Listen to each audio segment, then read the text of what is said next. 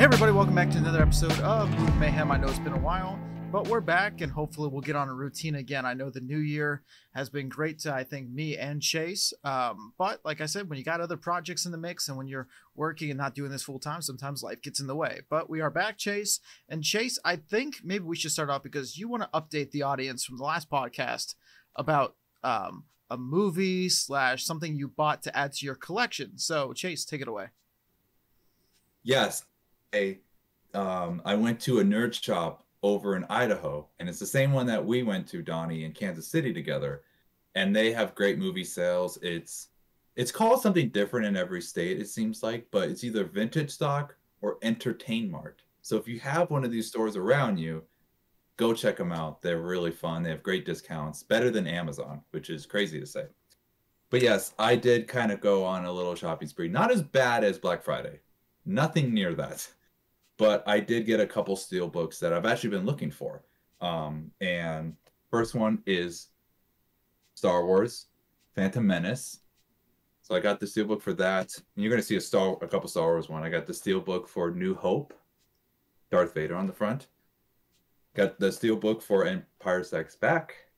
And I got the steel book for Return of the Jedi. And they have these cool, they have these cool art in the back. They're pretty cool. These are real expensive on Amazon. They're like $40, but I got them at the shop for $16 each.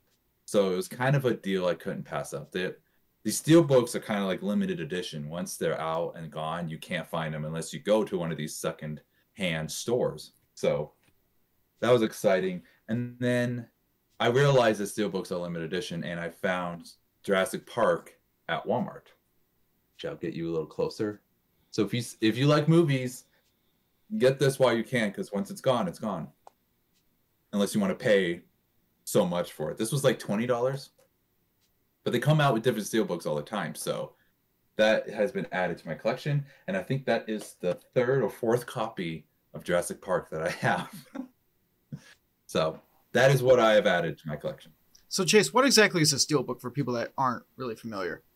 Does it add any value to the actual, as far as, does it add any behind the scenes material? Does it give you extra like Blu-ray, or what is it? Or is it just for the design and the look of the image?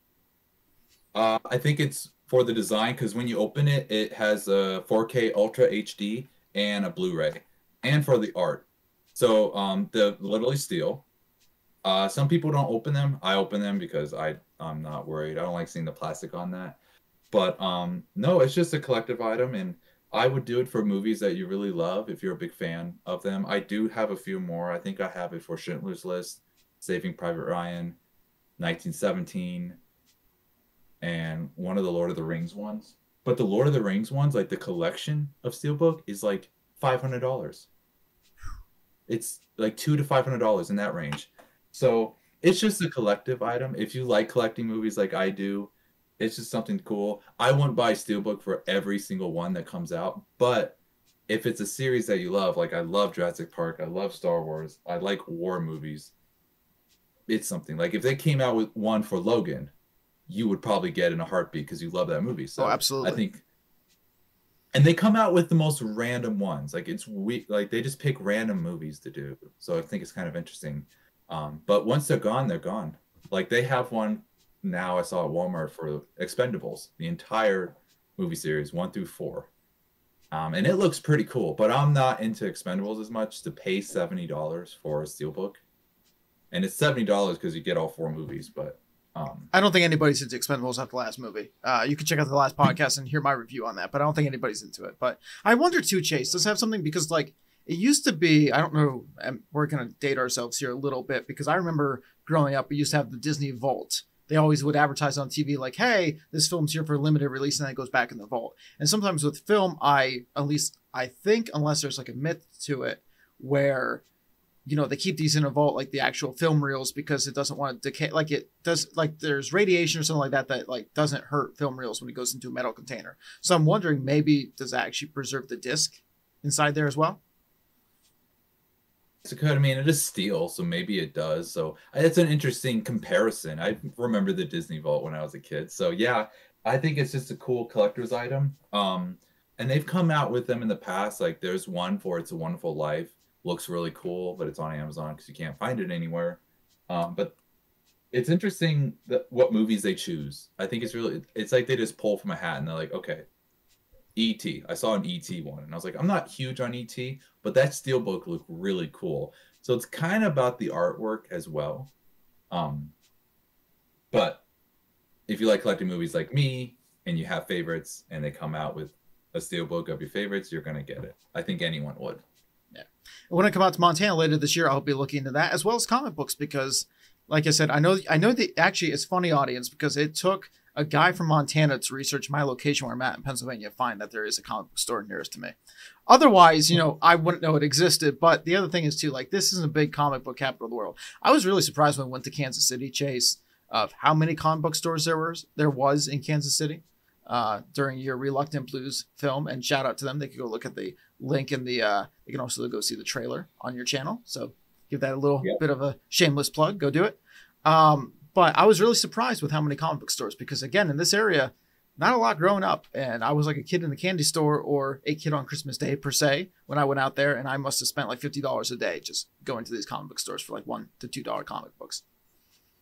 Yeah, I spend other people's money pretty well. It's scary, but they have Planet Comic Con out in Kansas City too. So that kind of helps them with their nerd shops and whatnot. They have a lot of cool shops, but yeah, there's these type of stores everywhere, even in PA. So you just got to look for them, but you can get some pretty cool deals on trading cards, comic books, movies. Like, you just got to find them. And since media, digital, like physical media is actually kind of going out the door now with the streaming and all that, this is kind of rare stuff to find. It's really cool to find this stuff. So if you see it in a store or something and you can do it, grab it, because it might, like, I might not be able to find Jurassic Park steelbook anymore at all. And I think I got one of the last ones that were at my Walmart. So, but Walmart has a steelbook section. Walmart's probably a good spot to get these, and Amazon, but they have a steelbook section kind of in the back of the movie section. So go check it out next time you're there.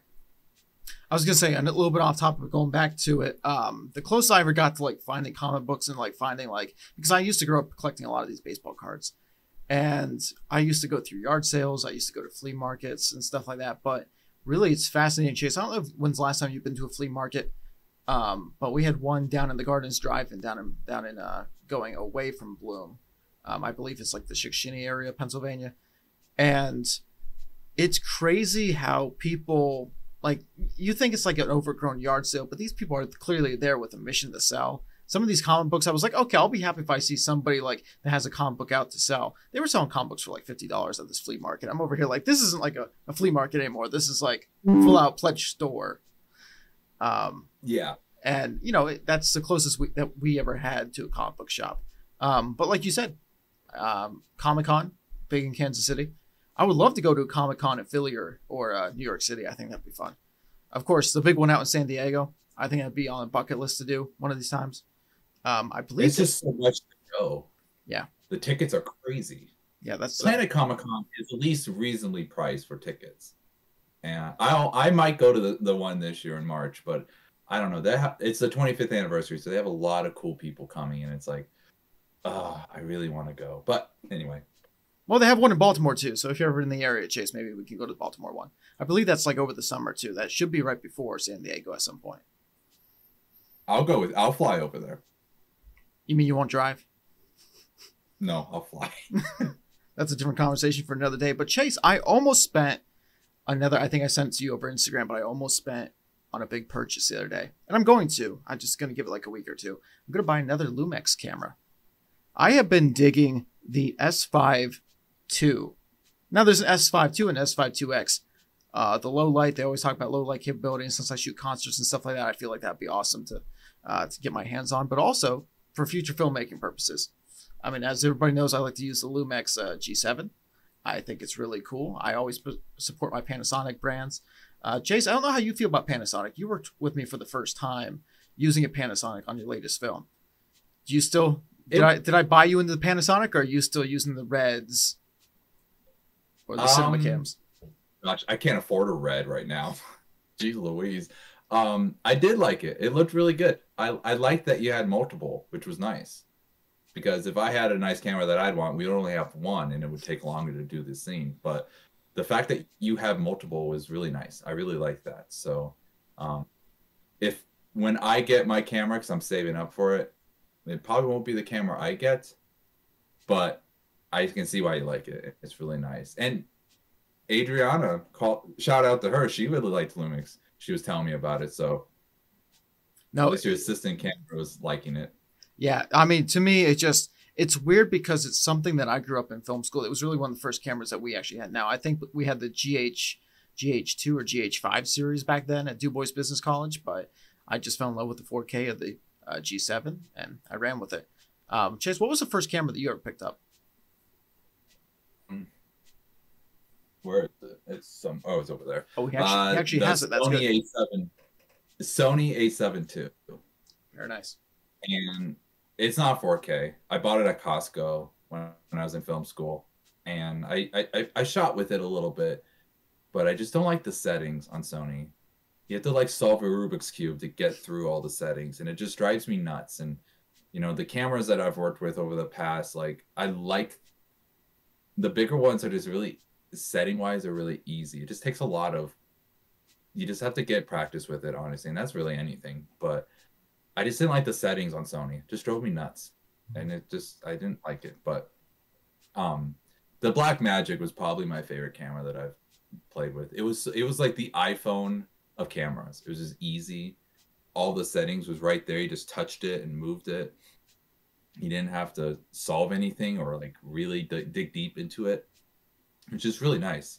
So, but the red was really fun too. But transporting red footage, from my experience, was just really difficult, and it red overheats really easy. And but if you learn how the camera works, it's a beautiful camera. It's such a cool camera. But the owner of the red that I operated, I was talking to him about, you know, getting a better camera in the future, and he's like, don't get red.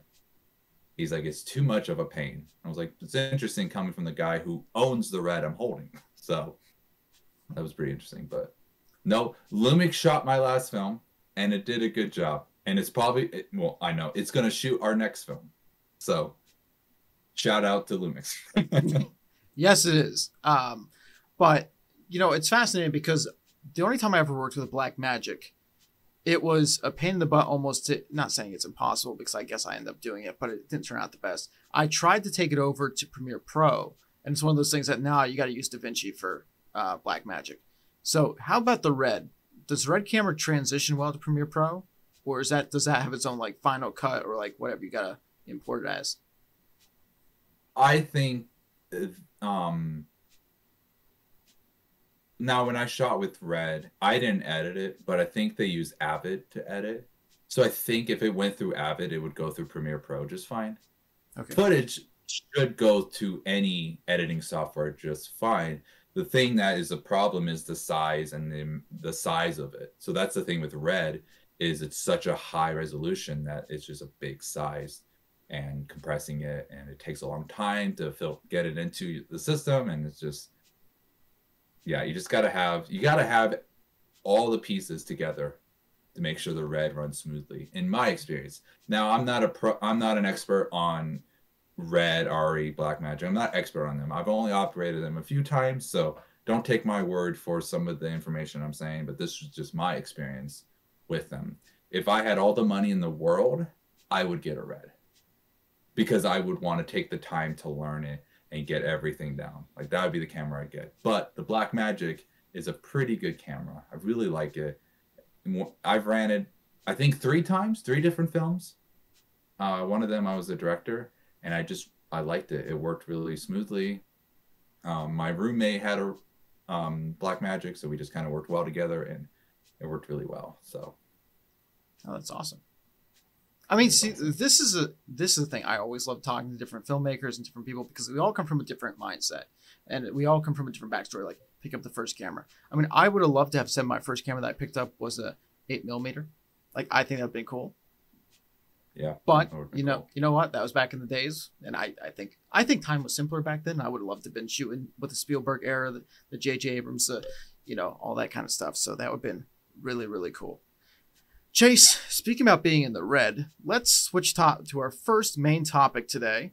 and we're going to talk about Pixar and the layoffs. We've known from the series of bombs that Disney/Pixar has made over the past 2-3 years, it's only a matter of time before this happens.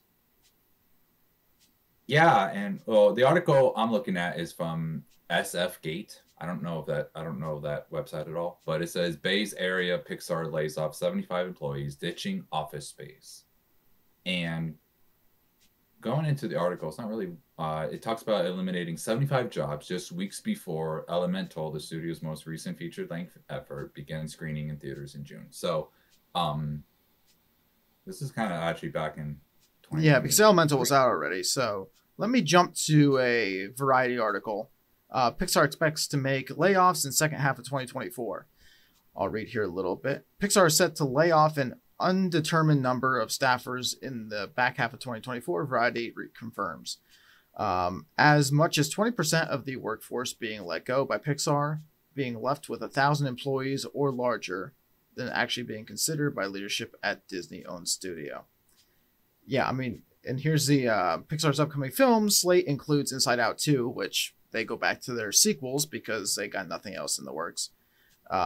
Ilio in 2025, and 2 unnamed films set for 2026, which is probably going to be a Toy Story, I think. I think there was an announcement for Toy Story again. A lot of remakes. Nothing original, it seems like.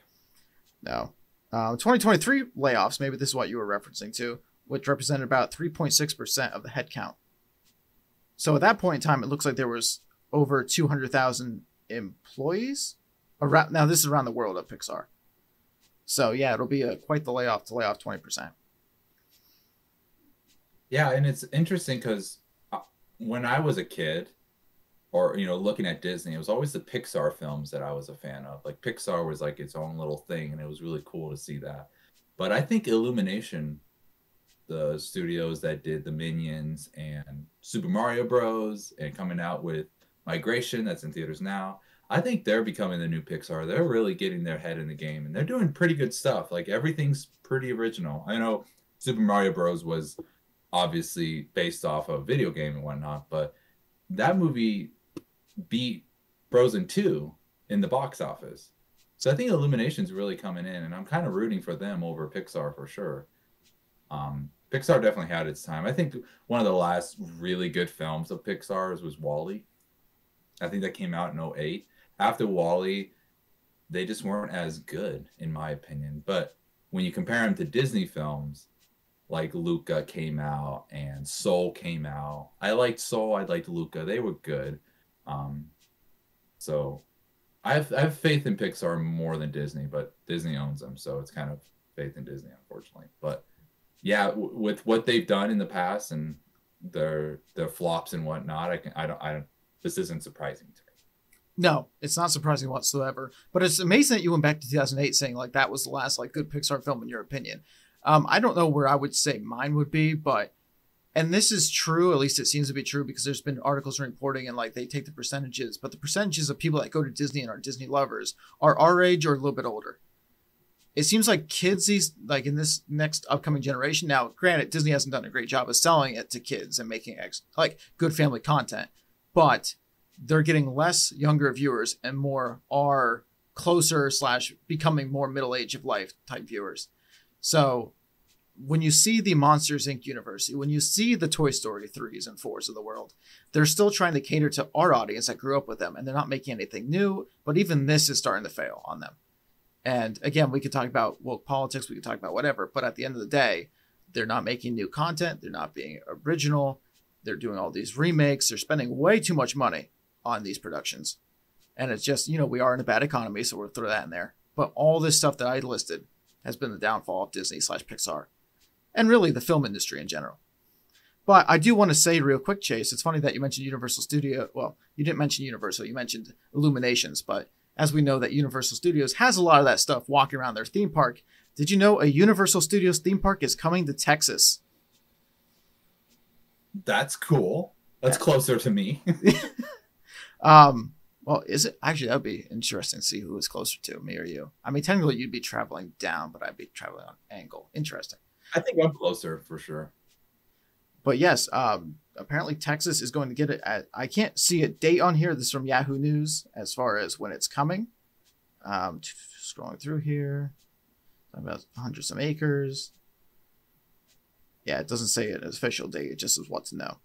But yeah, I think it'll be pretty cool to see another rival, because of course you have the Disney World down in Florida and you have Disneyland out in California. So it'll be pretty cool to expand a few Universal Studios. I didn't know that. That's really cool. I've been to the one in Florida.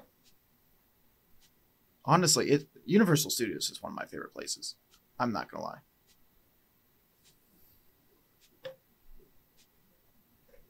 Yeah, it's pretty cool. Like I said, I don't know when it was announced. I did see it. It came across my feed the other day. I was like, oh, that's cool.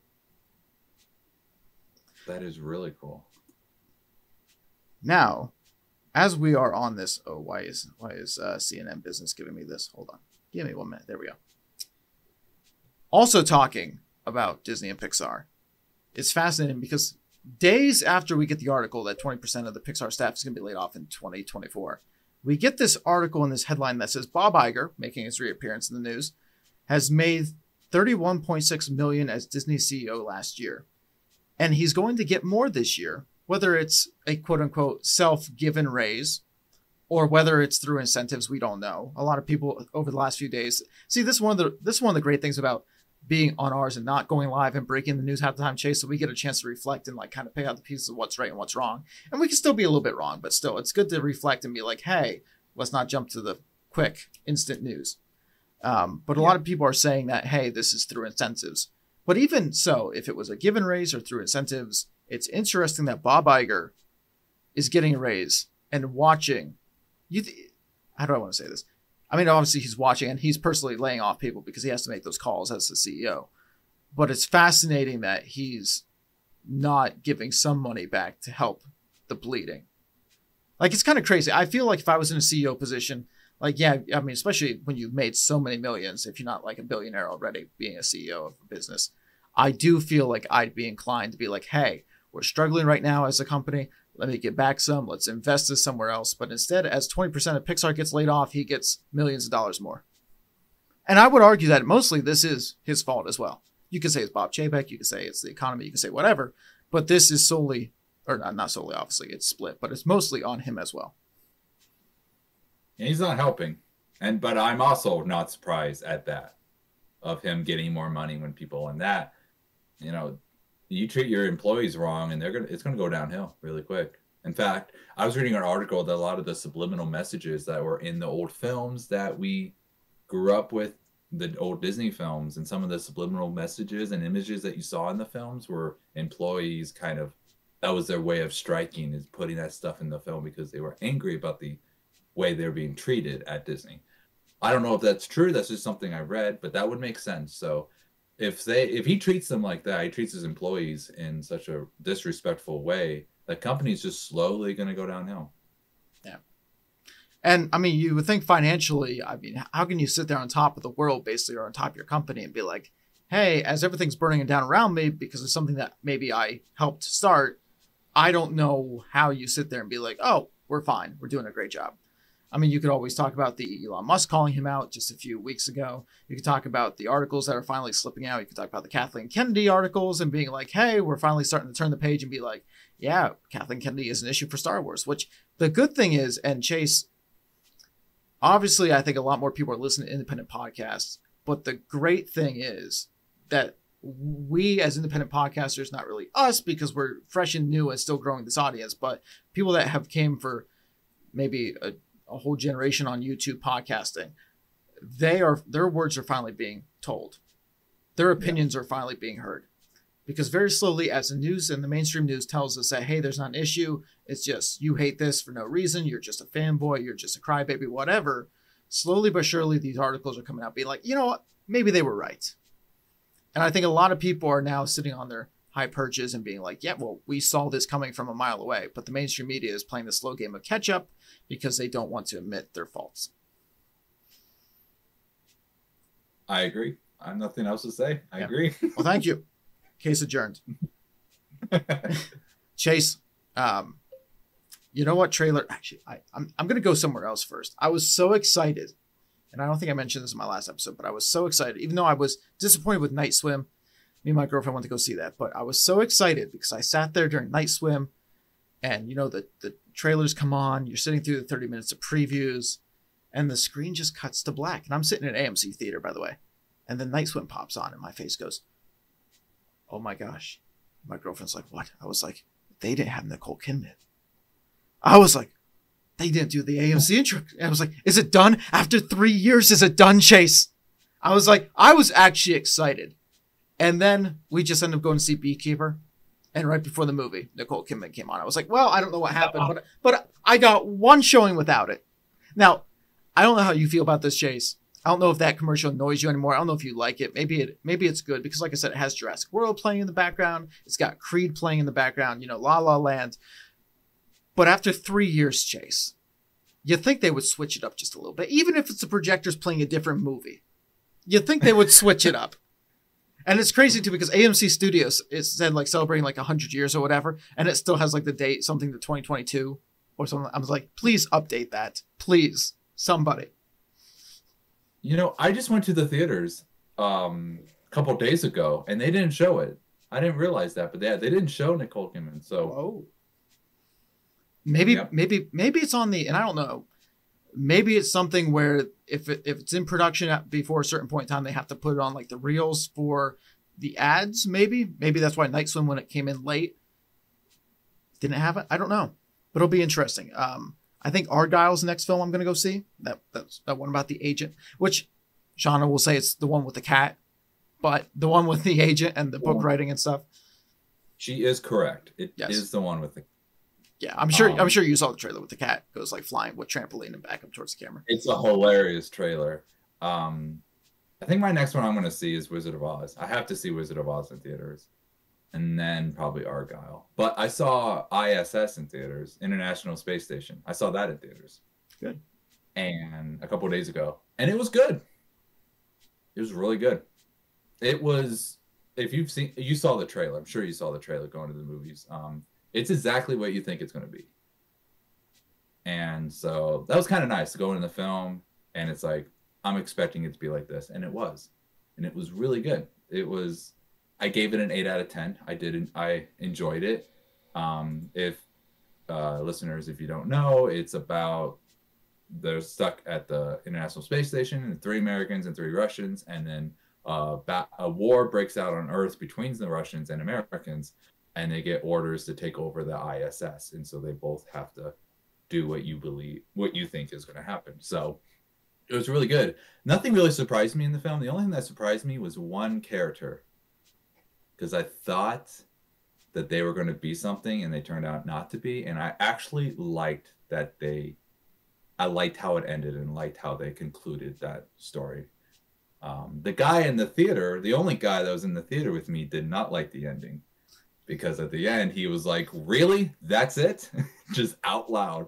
And I was like, I don't know, I was satisfied. So another thing, it's not a long movie. It's an hour and a half, which in today's, length of movies, that's short. That's really short. So I was in and out under 2 hours. So I was like, this is nice. So check it out. It's a pretty good movie. It's a pretty quick watch. So if you have some time in the evening before something, go watch it. It's a good movie. I will have to take that recommendation. And is that still, you said you saw it the other day, so I'm assuming it's still in theaters then, right? It just came out on the 19th. Okay. So it just came in the theaters. So maybe that's a movie I'll have to see tomorrow. I have a day off, so might as well go see it. Might as well have fun. It's really short, so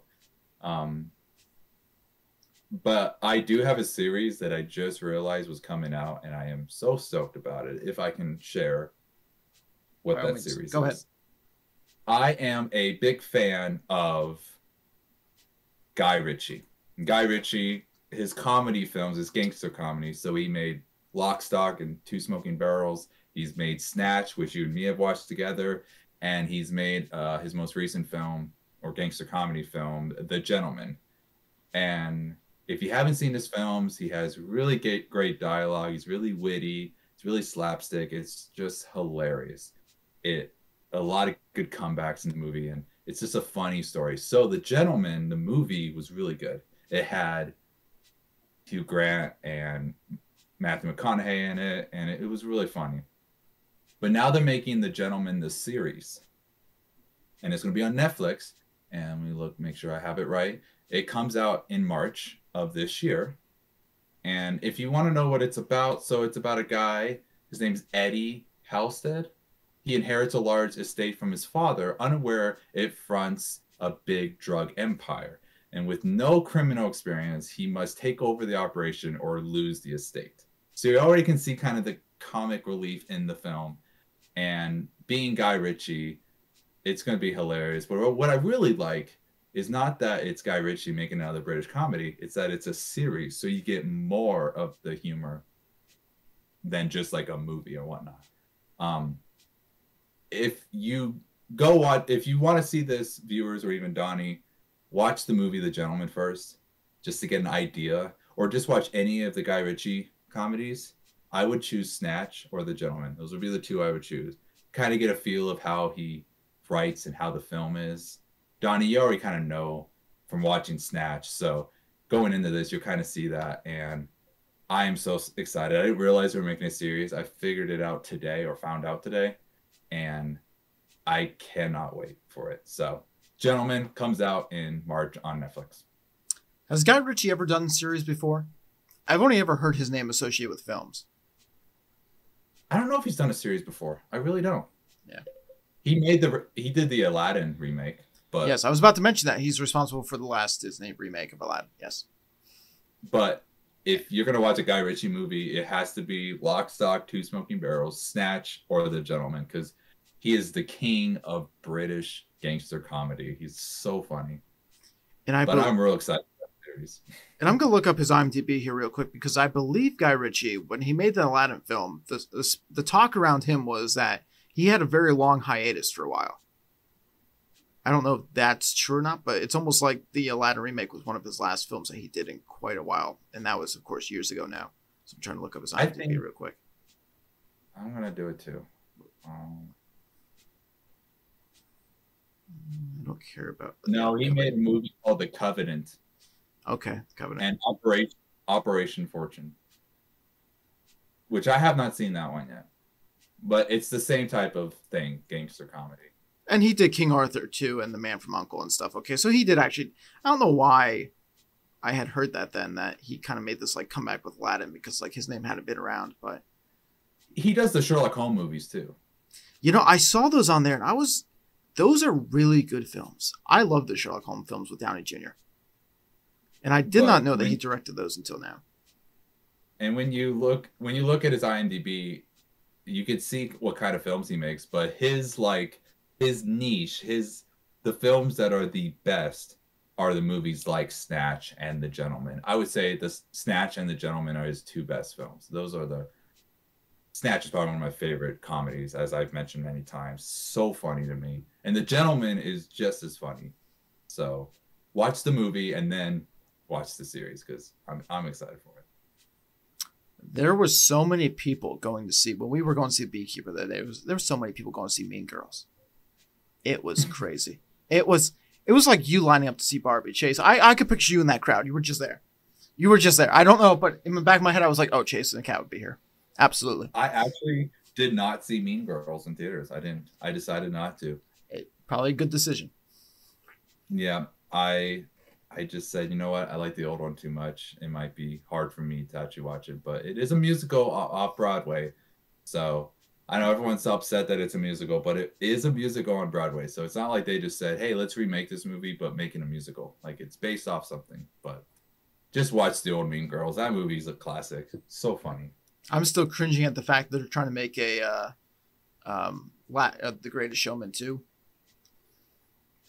That keeps being reported as it's in production / whatever, pre-production. I'm just over here like, please don't make another one.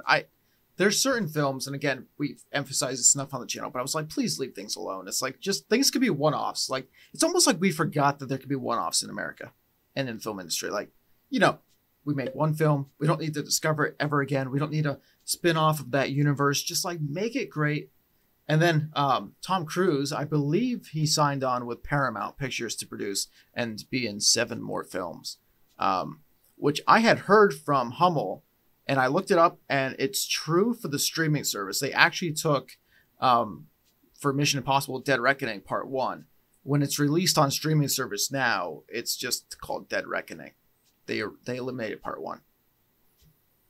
So Really? Huh? They did. So the question being, are they going to name the other one a completely different thing this next year? Because that was his theory, that they're going to try to go, because it did so horribly, like it really did bomb in the box office. So the question is, are they going to eliminate the title and change it to something else? Or is this where, since Tom Cruise just signed this mega deal, are they going to make more Mission Impossibles? I know that they're already bringing in Top Gun 3. There's already writers for Top Gun 3, which, again, that's just, as somebody that loves Top Gun 2, personally better than Top Gun 1, my personal opinion. Just so happened to be the order that I saw them, which is unfortunate because maybe I would have liked the first one rather than the second one first. But as somebody that loves the second one, please just stop. But Tom Cruise is back for more films, so. I'm not too happy with Paramount right now. I just read an article that Paramount is working with the creator of Blackish, that show Blackish, and they're going to be remaking It's a Wonderful Life. Ooh. And that hurts. That hurts. And you know me, leave that movie alone. There's some movies, like you said, just leave them alone. And It's a Wonderful Life, I think, is one of those films. And the creator was like, I love Christmas movies. They're so good. And I was like, great, then leave it alone. That movie doesn't need to be remade. So I'm not happy right now when it comes to that company. Everybody wants to put their own twists and turns on their favorite classic. And the sad part is it could easily be that the person loved that film just as much as you did, but views it as, hey, I want to put my own twist and turn on it because I do love it that much. But if they're not competent in knowing what they know or doing what they do, it can be a complete disaster. Because there are some people, just like Star Wars, where I truly believe when they were writing these films, when they were crafting behind the scenes, they might be major Star Wars fans. But when I say major, it's only in feel. It's not really in lore. It's just they grew up feeling as in like, oh, I love this film and I want to add my own twist to it. Well, that's great and all. But when you go away from the lore, when you go away from the typical plot and everything else, it fades away. But just let this know that nothing's safe. You should have prepped yourself after all these years, Chase, that A Wonderful Life is not off limits. You should prep yourself that Gone with the Wind is not off limits. You should prep yourself that everything that you loved is not off limits, because that's the generation that we're in. Yeah. I think they're trying to remake Wizard of Oz, too, which is just another one that we just need to leave that movie alone. In fact, they're coming out 85th anniversary in theaters, like we talked about, and they should just leave that movie alone. They did good back then. They should have left Wonka alone. Unless you're going to defend it, though, I think, because you actually liked the Chalamet. I did enjoy it, but it is a prequel, which I think is a little different than like a remake of like the actual show. Like the Johnny Depp one was a remake. Yeah, like, we don't talk about that one. The Wonka, the new one, is about how he became Willy Wonka. So I kind of give those type of movies a pass, but like even the new Star Wars, as much as I don't like them, they're not remakes. They're just continuing a story that doesn't need to be continued. Is pretty much. You could argue The Force Awakens was a remake. Well, yeah, I mean, yes, they copied A New Hope pretty much line for line, it seemed like, but I think I wouldn't call it a remake of A New Hope. Yeah, because different characters and like stuff. Yeah, but yeah, when you basically copy something, in my opinion, it's just like, well, it could be a remake. But I get your point. It's not like word for word as far as like character names, like recasting. Yeah. So, but yeah, leave films alone. Leave them alone. They did great back then. Unless we're making them, right? No, I'm kidding. We're not going to be that selfish. Yeah, if anyone's making Gone with the Wind, I'm making it. Y'all will leave it alone. You were maybe born like 10 years too late, Chase, because you could have been that executive producer right now being like, hey, I want to make this film. And they're going to give them the rights to rather than you, because you're about a decade behind. Yeah. You were born. But if they ever hand me the rights and say, hey, you are the only person that can remake Gone with the Wind, I would take the rights and shred them. Say, nope, no one makes it. Nope. Well, And technically, then if you shred them, I think everybody has the right to make them. Then isn't that how that works? so maybe I don't shred it, but I put it in a safe and take that safe and put it in the ocean. You put And them then in one of know. those steel boxes, just like you got those movies from. Have you ever seen Bad Boys 2? He's like, we're gonna take your feelings, put them in a box, and throw it in the ocean, so no one has to find them. But have you seen Bad Boys for Life? So, what else did you want to talk about? Bad Boys for Life. No. I was gonna say I'll cut some things out here. I don't really have too many more things to go off of. If anything, I was gonna bring up one more thing in the theaters about like trailer or whatever. But it's something we've already kind of talked about, so we don't have to spend super long on it. But Chase, I know that we have been to the theater to see certain films, and we talked about these trailers and stuff that we're seeing. And I gotta be quite honest with you, I have not got a good feeling for Planet of the Apes. I continue to see that trailer in theaters, and of course, it was a few months ago where you can watch our kind of reactions to it because we covered it kind of like a week after it came out on the channel. You alerted me to this, that they were making a new one. I didn't see the trailer. Now I can't get the trailer out of my sight because it is continuing to haunt me in the sense of being like, hey, this is going to be awful. But at the same time, I'm just like, please let it be good. Because it really looks like they're trying to tie things in. What should have been in the last one, by the way, because if they were going to end it with 3, it should tie everything together from what was created in the 60s, 70s, and 80s, whatever. But I really have hope for it. But it's not good hope. Yeah. We'll just see. I haven't seen the new ones in a while. Probably since the last one came out. But that's not the movie I'm not really excited. I'll go watch it, but I'm not like thrilled to see it. Like I'm not waiting for it to come out. There's other movies this year that are coming out that I think are more important than that one for sure. But the trailer is kind of cool. You have to admit, they have some pretty cool visuals in the trailer and like dropping the torch down the hole like that. I feel like hopefully that's a really cool scene. I actually got reminded of a trailer that I saw in the theaters that I'm real excited for. But when you are done, I'll tell you what film that is. Well, I mean, by all means, you can say it because honestly, before we switch topics, because I have one more thing that I might want to add to the mix, which just seems pretty cool. So go ahead and say yours. Okay, so I saw a trailer for a film called One Life with Anthony Hopkins. Have you heard of this one? No. No. Okay. I know this story behind this film, and it is the story of Sir Nicholas Nicky Whitten. He was a young London broker who, in the months leading up to World War II, rescued Jewish children from the Nazis. So he saved all these Jewish children. And then later in life, when he was older, they did this talk show, and it was about him, and he sat in the audience.